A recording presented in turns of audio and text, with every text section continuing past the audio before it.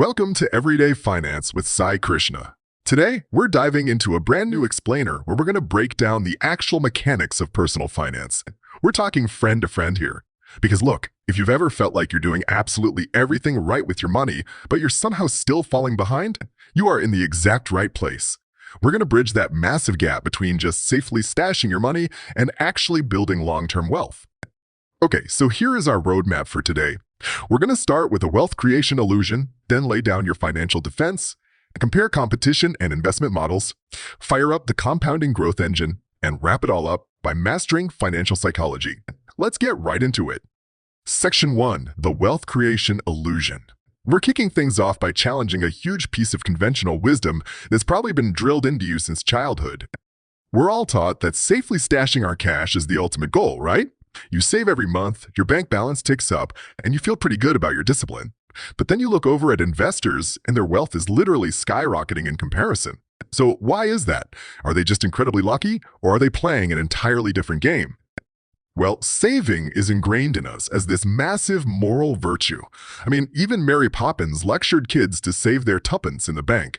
But back in 1948, Paul Samuelson popularized this fascinating concept called the paradox of thrift.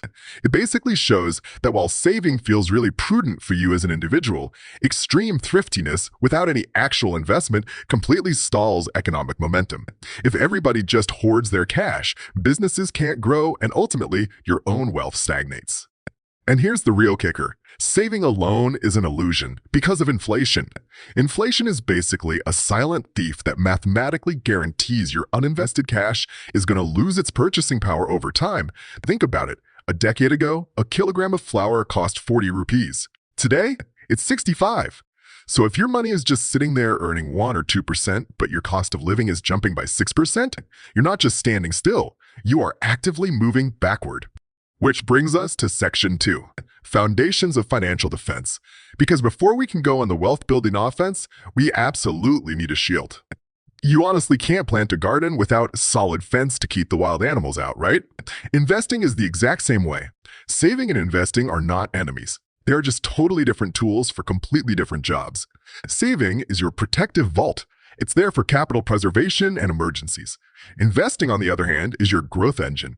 It exists to create wealth and beat inflation. Mixing these two up is a seriously costly mistake. So to build that protective vault, you need some actionable budgeting. First things first, establish a $500 emergency buffer. This is your financial shock absorber, so something like a flat tire or a broken phone doesn't force you to sell off your investments. You can also use the classic 50-30-20 rule. 50% of your income to needs, 30 to wants, and 20 to savings. Oh, and automate those savings on payday. Because let's be real, if you wait until the end of the month, that money will mysteriously vanish. Another brilliant defensive tactic for your budget is the 48-hour rule. Impulse spending is arguably the biggest leak for middle-income earners. By forcing a strict 2-day pause for any impulse buy over $50, you give that emotional urge time to just naturally fade away.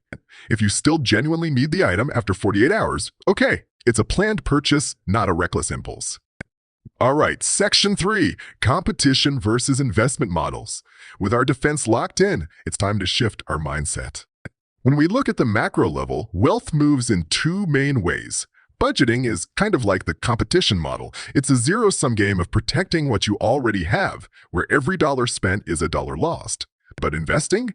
That operates on the investment model. It's a multiplicative wealth generator. Wealth isn't just being traded back and forth. It's actively being created and compounded as businesses grow. You absolutely want your money participating in that multiplicative process.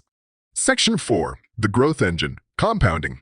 Let's look at the real-world math of how this multiplicative model actually plays out. Just think about this 10-year, 10,000-pound experiment. Sarah played it completely safe in a savings account. On paper, her balance grew to 12,800 pounds, but after inflation, her real return was basically zero. She just treaded water. Ben, meanwhile, embraced the volatility of an S&P 500 index fund. Even with market crashes, his money jumped to nearly 40,000 pounds.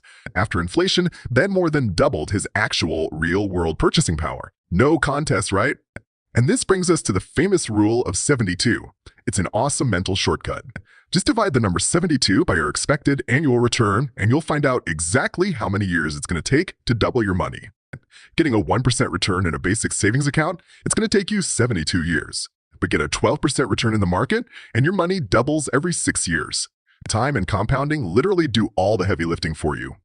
Now, to use compounding properly without risking your defensive vault, you've got to align your money with a strict 3-layered timeline based on when you actually need the cash. Money you need in the next 3 years, keep it in safe, liquid savings.